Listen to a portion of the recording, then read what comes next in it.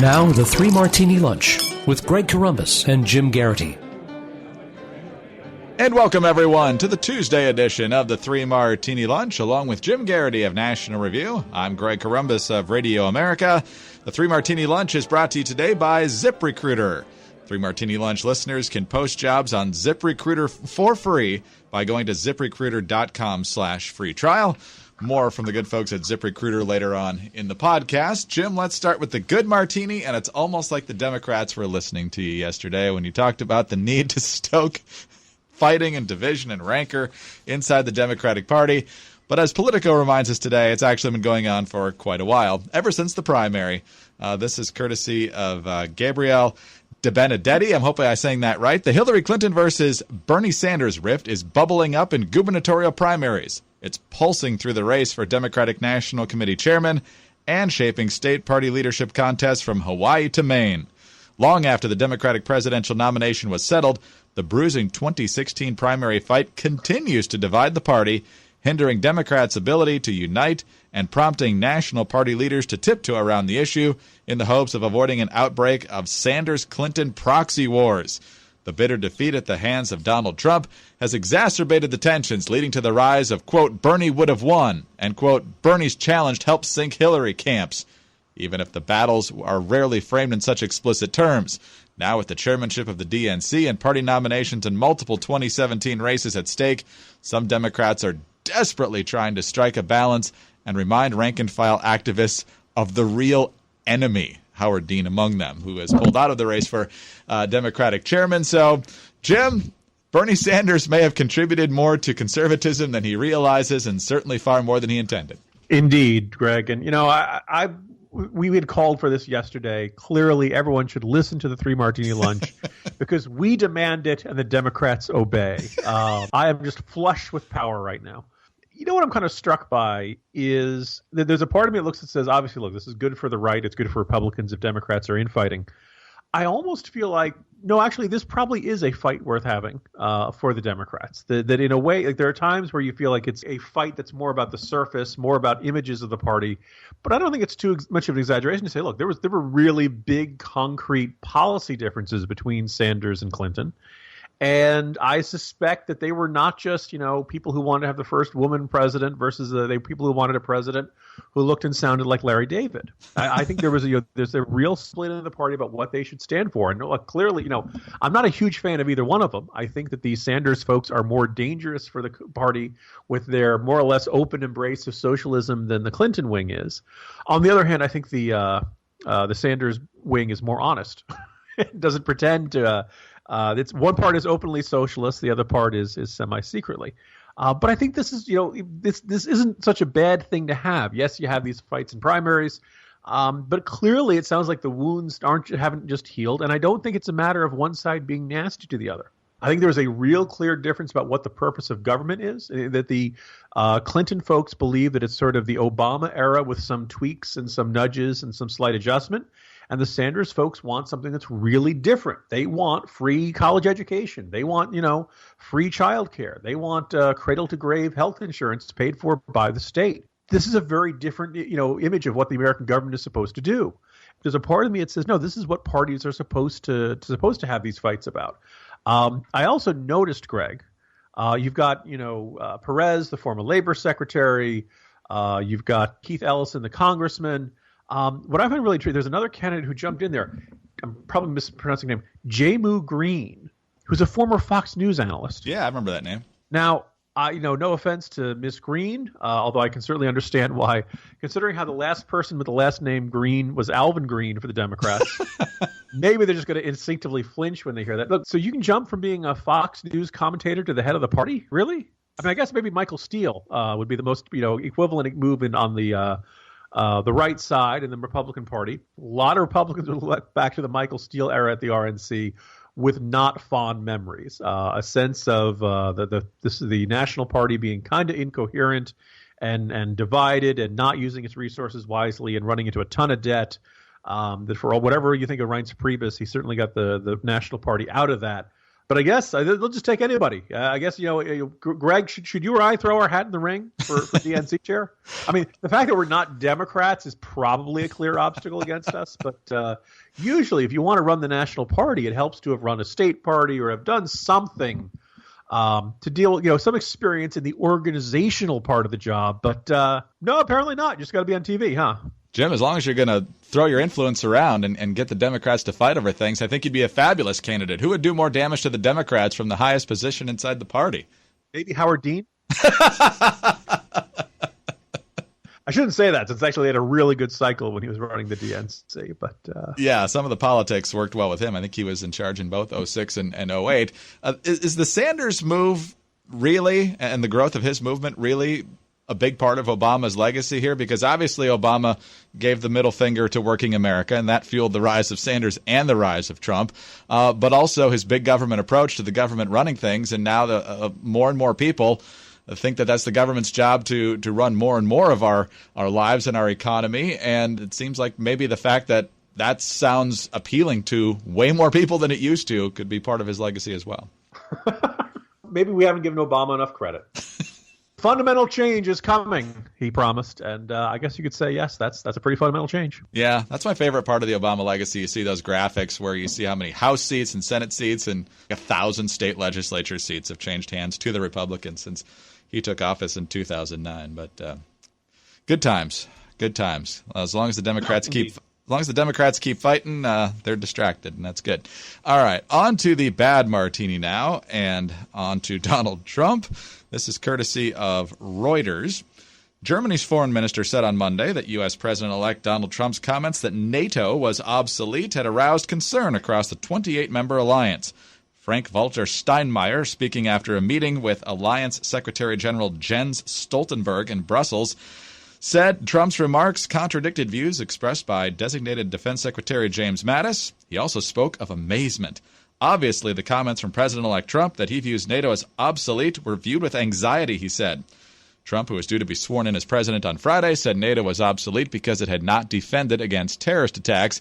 He also said he had always had great respect for German Chancellor Angela Merkel, but criticized her 2015 decision to allow in a wave of 1 million migrants as a catastrophic mistake that opened the door to terrorist attacks.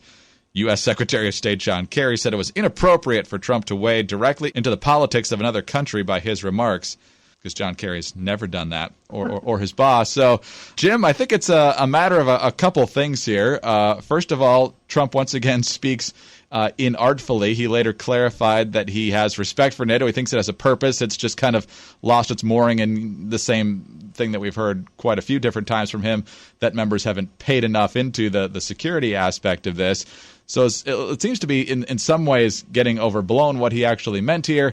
On the other hand, it goes back to what Kellyanne Conway said a week or so ago, that you can't really go by what Trump says. You got to go by what's in his heart, which is a little harder to hear. It is. Maybe he's going to lower the microphone. We should give credit where it's due here. The full context of Trump's remarks aren't nearly as scary as the headline. I have the transcript here in front of me, and it says, I said a long time ago that NATO had problems. Number one, it was obsolete because it was, designed many, many years ago. By the way, so was the Constitution. Right? Like, just because something was created a long time ago, I don't mind. But anyway, continuing the Trump quote. Number two, the countries aren't paying what they're supposed to pay. I took such heat when I said NATO was obsolete. It's obsolete because it wasn't taking care of terror. I took a lot of heat for 2 days. And then they started saying Trump is right. And now it was on the front page of the Wall Street Journal. They have a whole division devoted now to terror, which is good. So he's acknowledging this. I don't know about you, Greg. I would say the entire NATO effort in Afghanistan counts as an effort against terror, but maybe you can define. Some folks will define that a little differently. But then here's the third part, which is, I think, deserved probably as much attention as his use of the word obsolete.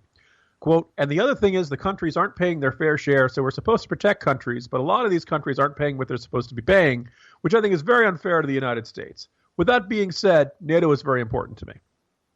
Now, this is a perfectly legitimate gripe from the United States to our NATO partners. Right now, about 5 countries, NATO asks its members to spend 2% of their GDP on military spending to support and support the alliance, a certain amount of military self-sufficiency. The U.S. is spending something like 5% And a bunch of them are in that, 1.7. Germany, I think, is like half of what they're supposed to be doing. We have a right to say, hey, you can't expect us to carry all the weight here. We expect you guys to be a little more self-sufficient.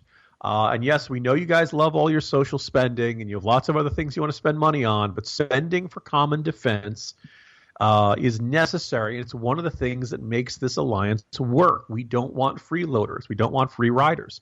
Now, I wish Trump would stop using the word obsolete, because there's two things you can do with something that's obsolete.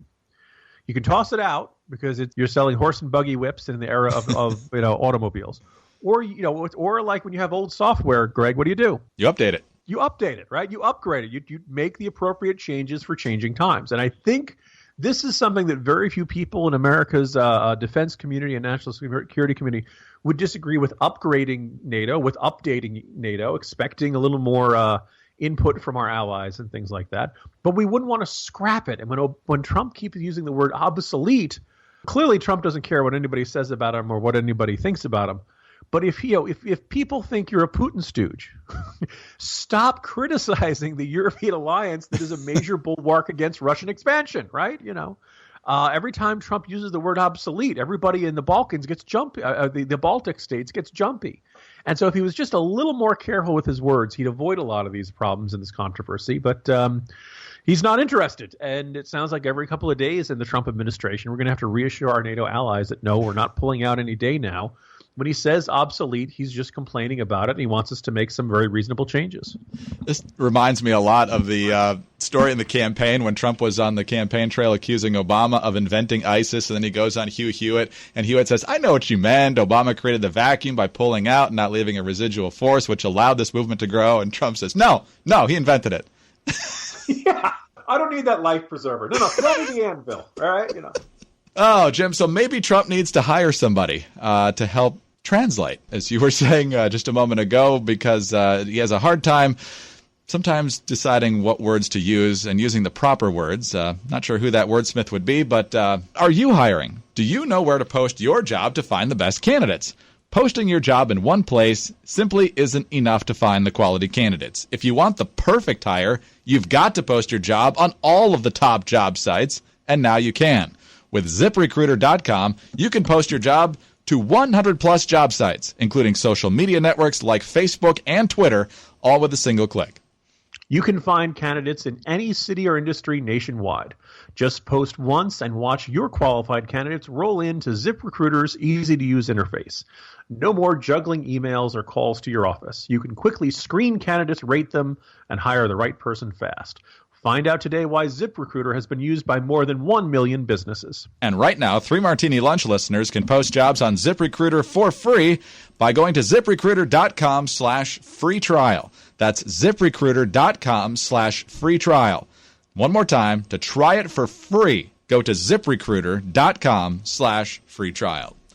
And so, Jim, a lot of people, of course, think it's crazy that Trump is using words like obsolete for NATO and other tactics that he uses from time to time. We certainly agree with those head-scratching moments. But when you really want truly crazy, and even in some cases dangerously crazy, you almost exclusively go to the left. And that's what Project Veritas is exposing this week. They're promising a series of videos. We've only seen the first one so far. And it's about this movement called Disrupt J20, which I assume stands for January 20th. The idea here is to disrupt one of the Trump inaugural balls to be held at the National Press Club. The undercover reporter here is speaking with 3 different activists at the now infamous Comet Ping Pong Pizza Shop in Northwest Washington, D.C. And here's some of that conversation. There's background noise, so some of it might be a little hard to make out. Yeah, he had a freaking pint of butyric acid. I don't care how big the building is. It's closed and it's stay enclosed for a while. And this stuff is like, it's very efficient. It's very, very smelly. It lasts a long time, and a little of it goes a long way. I know. I'm trying to think through how to get all the sprinkles throughout the board. There's usually a piece of like fusible metal or a piece of glass and a liquid in it that'll blow. That's pretty hard to hear. So in case you missed a big chunk of that, here's James O'Keefe explaining what's going on. This is undercover video of potential criminal acts being planned. These organizers and activists are talking about setting off butyric acid into the ventilation system and setting off fire alarm sprinklers at a Trump inaugural ball later this week. Jim, the only surprise is that Bill Ayers wasn't part of this conversation. I'm sure he'd admit, you amateurs. Stink bombs. These kids today. Yeah, so here's the thing. If you're going to call yourself the anti-fascist coalition and your motive or your means of achieving your goal is to threaten people and to use dangerous chemicals that can be noxious, that can cause, visceral, puking and terrible gagging reactions and stuff, well, then you're not as anti-fascist as you think you are. In fact, look in the mirror. I just spotted one right there. I'm pretty sure that if I were at the Deplorable, I would not have a good time. I'm not a particularly fond of the people who eagerly embrace that label. There are some really repugnant individuals who've adopted that and seem to be involved with this. But you know what? There are Americans who have the same constitutional rights as you and I. One of those rights is to peaceably assemble. Meaning if the worst people in the world want to get together and throw an inaugural ball, they're allowed to do that. And it doesn't matter, anti-fascist coalition, if you don't like them or you think they're terrible people. They're free to do that. And the moment you go there trying to disrupt things, you become the bad guy. You become the fascist. You're interfering with their rights. And so I'm kind of left not surprised by this. Then the next spin, saw this over in Washingtonian, Greg, is that the anti-fascist coalition says they knew he was a James O'Keefe guy all along. They knew there was that, so they just acted that way in front of the cameras in order to fool him, to play with him. They knew he was recording all along. They would never throw stink bombs at people, but they just said that stuff in order to prove that they would never do something like that. To quote Dr. Evil, right. I don't buy that. You know what I think? Let's picture, Greg, you and I get together with folks, the folks from Ricochet, and they say, hey, we're really upset by what Harry Reid's gone. We don't have to worry about him anymore. Somebody who really drives us crazy. And they said, hey, let's throw a stink bomb into that Democratic lawmaker's office. Greg, you and I would say, what is wrong with you? Hell no, that's not what we do. We are not a terrorist group. This is not Mission Impossible, right? We beat these people through the public argument. But they didn't react that way, right? Everybody around the table is like, yeah, that's a good idea, yeah. I think indicates something about how ultimately they're deep down they believe that the end justifies the means, right? And they're gleeful about it. They're excited about it. They're enthusiastic about it. They can't wait to see people coughing and gagging and running away from the stink bomb. So when you really get off on the idea of hurting other people for thinking differently than you, I'm trying to think of a good word to describe that, Greg, when you're really that committed to oppressing the rights of – I know the word is fascism. You have stared into the abyss. The abyss has stared back, and you have become everything you proclaim to oppose. And then afterwards, you have to say, "Oh no, we totally meant to do that. We were totally joking." Right? That's why we bought the tickets to the Deplorable. And here's the other thing: it's like, when you use the term like "quick, Greg," how do you put together a stink bomb? Does everybody just kind of know the chemicals you need to put together to make a stink bomb? I think it's like you put food in the back of the fridge, and maybe that would be bad enough for a while. So it just seems really weird. You'd have this information at your fingertips. This seems that just kind of seems like a red flag to myself. So kudos, James O'Keefe, another guy got caught. Kind of to continue our theme of the week, Greg, I would just say to any Democrat, either at the DNC meetings or any other gathering from here on out for the next 4 years, the odds are more than 50% that the person next to you is secretly recording you for James O'Keefe. Oh, maybe this will be the plot line for 24 Legacy. Trying to stop a stink bomb at the inauguration. I happen to notice that the other great, or sometimes great spy show, Homeland on Showtime. I don't know if you saw the premiere, Greg, but it's all about taking place the period in between the election and the inauguration. The woman Democratic senator from New York who's regarded warily by the national security community. Greg, you think the producers kind of missed on that one? Started filming maybe 6 months ago, thought something was going to feel really realistic and resonant, and we'll see if it gets better.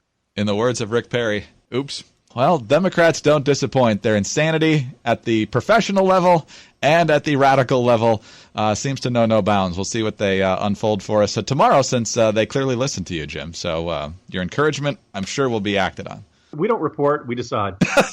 Jim We report and decide. Jim Garrity of National Review. I'm Greg Corombos of Radio America.